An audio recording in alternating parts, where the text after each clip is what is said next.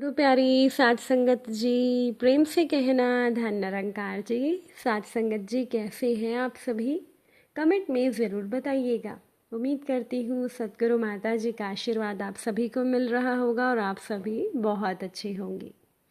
आज मैं आप सभी के लिए फिर से एक नई साखी लेकर आई हूँ और हमारी आज की साखी का विषय है गिरा हुआ खाना। चलिए सुनते हैं आज की ये साखी। साध संगत जी, मेघा की तबीयत बहुत खराब थी।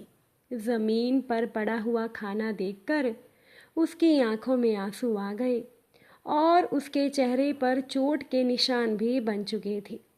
और मेघा का पति प्रकाश अभी भी उसे अपशब्द कह रहा था, उसे गालियां दे रहा था। मेघा ने बड़ी ही उम्मीद से अपनी सास शांति जी की ओर देखा और सोचा कि शायद उसकी सास के मन में थोड़ी सहानुभूति आ जाए और वो मुझे उठाने आए। लेकिन शांति जी अपनी ही जगह पर बैठे बैठे बहू को कोसे जा रही थी कि मेरा बेटा दिन भर पैसे कमाता है, घर आते ही इसका मन खराब हो जाता है।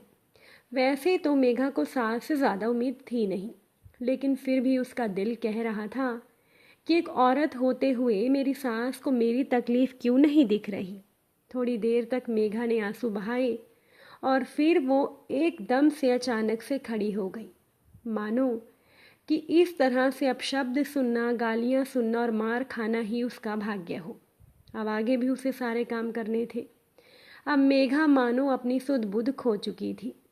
पति से इतनी ज़्यादा मार खाने के बाद उसके चेहरे पर चोट के निशान बन गए थे। फिर भी वो जल्दी से उठी और नीचे ज़मीन पर फैला हुआ खाना वो इकट्ठा करने लगी। तभी शांति जी एकदम से अपनी बहू के सामने आकर खड़ी हो गई और गुस्से में बोली कि इतना सारा खाना अब क्या करोगी इसका। मेघा रोते हुए बोली, माँ जी मैं बाहर ये खाना जानवरों को डाल दूंगी और क्या करना है। शांति जी गुस्से में बोली कि तुझे तो अन्न का अनादर करने में मज़ा आता है। मेघा हैरान सी खड़ी रही। वो खाना वहीं छोड़कर उठी और अपनी सास की ओर देख कर बोली, ये आप क्या बोल रही हो? इस खाने का अनादर आपके बेटे ने किया है, मैंने नहीं, जो आप मुझे सुना रही हो। ये सब मेरी वजह से नहीं हुआ, आपके बेटे की वजह से हुआ है। शांति जी गुस्से में बोली, देखो आजकल महंगाई बहुत बढ़ गई है, तो इस खाने को जानवरों के आगे डालने की ज़रूरत नहीं। ये तुम खा लो, क्योंकि तुम्हारी वजह से ही तुम्हारे पति ने ये खाना फेंका था, तो इस अन्न का अनादर करने का पाप तुम्हें लगेगा। आखिर तुमने ऐसा खाना बनाया ही क्यों कि मेरे बेटे को इस अन्न को फेंकने की ज़रूरत पड़ी। मेघा हैरान से खड़ी रह गई और उसकी सास शांति जी गुस्से में अपनी बहू को यूं देख रही थी कि मानो वो अपनी बहू को खा ही जाएंगी। मेघा एकदम से सन्नाटे में आ गई कि ये उसके साथ क्या हो रहा है। साथ संगत जी, अभी मेघा और प्रकाश की शादी को केवल 4 महीने ही हुए थे। प्रकाश का स्वभाव बहुत खराब था। छोटी छोटी बातों में पत्नी के साथ लड़ाई झगड़ा करना और उस पर हाथ तक उठा देना। ना जाने कितनी बार प्रकाश अपनी पत्नी को मार भी चुका था, लेकिन आज पहली बार खाने में थोड़ी सी कमी होने पर भी उसने खाना उठाकर फेंक दिया। आज मेघा बहुत खुश थी, क्योंकि कई महीनों के बाद आज उसका चेहरा खिला लग रहा था। पति के घर आने के बाद उसने खुशी खुशी पति को खाना परोसा, तो उसका खुश चेहरा देखकर प्रकाश को गुस्सा आ गया। प्रकाश ने सोचा कि आखिर आज ये इतना खुश क्यों है। प्रकाश तो पहले ही अपनी पत्नी से ज़्यादा खुश नहीं रहता था, क्योंकि शादी के 4 महीने हो चुके थे और मेघा दिखने में ज़्यादा सुंदर भी नहीं थी। और इस बात के लिए प्रकाश को बहुत गुस्सा आता था कि उसने मेघा से शादी क्यों की। तो प्रकाश अपनी पत्नी से चिढ़ा हुआ रहता था। रोज़ वो अपनी पत्नी के साथ मारपीट करता था और कहता था कि जल्दी से हमारे घर बच्चा हो जाए, वरना तो यूं ही मार खाती रहेगी। मेघा शुरुआत से ही पति से डर कर रहती थी। उस बेचारी का शरीर सूखता जा रहा था। उसके शरीर में कमी थी तो वो संतान को जन्म कैसे देती। अब मेघा के मायके में भी उसका साथ देने वाला कोई था नहीं।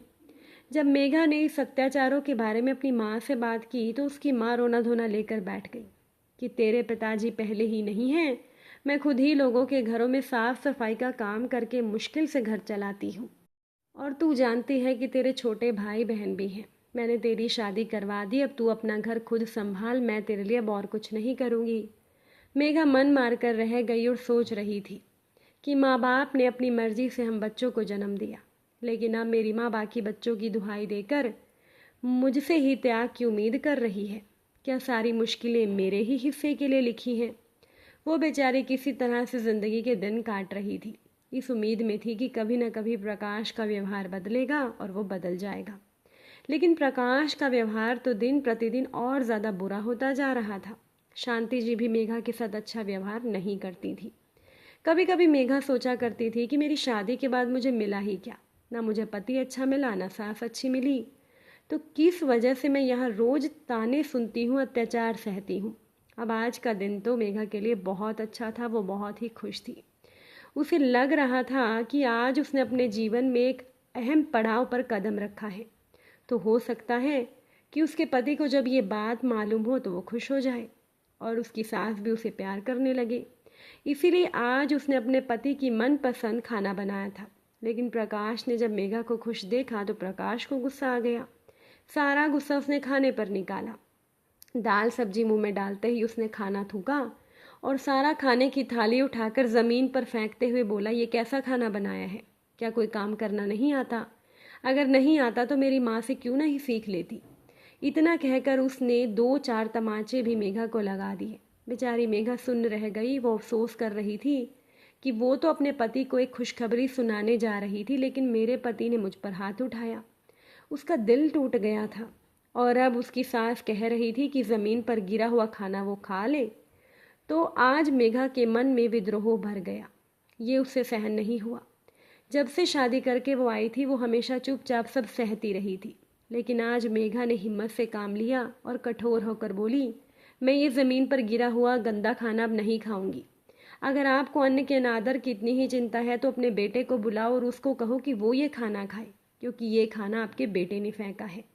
अगर उन्हें खाना पसंद नहीं था तो यूं ही बोल देते, ये खाना मैं खा लेती, लेकिन ज़मीन पर खाने को गिरने की ज़रूरत क्या थी? बहू की ये बात सुनकर शांति जी का चेहरा गुस्से से भर गया। उन्होंने आगे बढ़कर मेघा को एक तमाचा लगाते हुए कहा कि मुझसे ऐसे बात करने की तेरी हिम्मत कैसे हुई? ठीक ही है जो मेरा बेटा तुझसे मार पीट करता है। प्रकाश ने भी कमरे के अंदर से सब सुन लिया था। वो भी कमरे से बाहर निकल कर आया और बोला, मैंने खाना गिराया है तो तू मुझे ये खाना खाने को बोल रही है? रुक, मैं तुझे तेरी सही जगह बताता हूँ, फिर देखता हूँ कि ये गिरा हुआ खाना कौन खाएगा। इतना कहकर वो मेघा पर फिर से मार पीट करने लगा। मेघा ने बहुत कोशिश की कि वो अपनी सास और पति के चंगुल से छूटकर घर से भाग जाए, लेकिन शांति जी ने दरवाज़ा बंद कर दिया और प्रकाश उसके साथ लगातार मारपीट कर रहा था। उसने उसके साथ खूब मारपीट की और अब तो मेघा ने उम्मीद छोड़ दी थी। उसका शरीर कमज़ोर पड़ गया था और प्रकाश उस पर अपना गुस्सा उतारता जा रहा था और शांति जी बेटे को प्रोत्साहित कर रही थी कि अपनी पत्नी को और मार। काफ़ी देर तक मार पिटाई करने के बाद जब प्रकाश ने मेघा को छोड़ा तो उसने देखा कि मेघा की आंखें खुली ही थी, उसके शरीर में कोई हरकत नहीं थी। तो वो घबरा गया। उसने मेघा को पास से जाकर देखा तो उसके होश उड़ गए, क्योंकि मेघा की सांसें अब नहीं चल रही थी। वो 2 कदम पीछे हटा माँ से बोला, ये क्या हो गया? शांति जी भी घबराई हुई बहू के पास आई और उन्होंने बहू को देखा। उनकी बहू अब इस दुनिया से जा चुकी थी। ये देखकर वो भी सन्न रह गई। तभी दरवाजे पर एक दस्तक हुई। किसी ने उनके घर से मार पिटाई की आवाज़ सुनकर पुलिस को फ़ोन कर दिया था। पुलिस के साथ साथ आस पड़ोस के लोग भी घर के अंदर आए और अंदर का नज़ारा देखकर सबका दिल कांप गया। कुछ महिलाएं तो अपने साड़ी के आंचल में मुंह छुपाकर सिसक उठी, क्योंकि मेघा की हालत देखने लायक नहीं थी। पुलिस ने मेघा के मृत शरीर को पोस्टमार्टम के लिए भिजवाया और प्रकाश और उसकी मां शांति को गिरफ्तार कर लिया गया।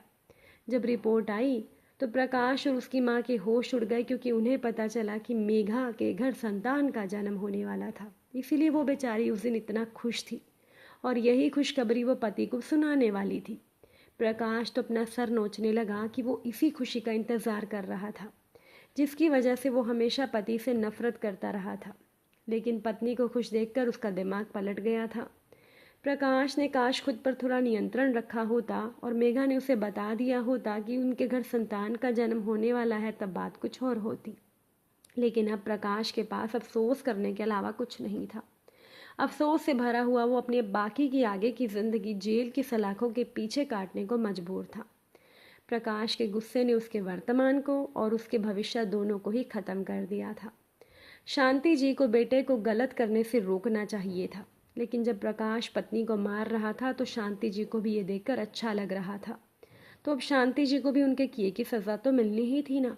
साथ संगत जी, कुछ लोग अपने घमंड में इतना ज़्यादा मगन हो जाते हैं कि ऐसे लोग मजबूर और कमज़ोर लोगों पर बहुत ज़्यादा अत्याचार करते हैं। लेकिन ऐसे लोगों को ये बात भी याद रखनी चाहिए कि एक ना एक दिन अतिकांत ज़रूर होता है और फिर गुनहगारों को सज़ा तो भगवान ज़रूर देते हैं। तो साथ संगत जी, अगर आज की ये साखी आपको अच्छी लगी हो, वीडियो को लाइक शेयर ज़रूर करिएगा। आप सभी से फिर मुलाकात ज़रूर होगी नई साखी के साथ।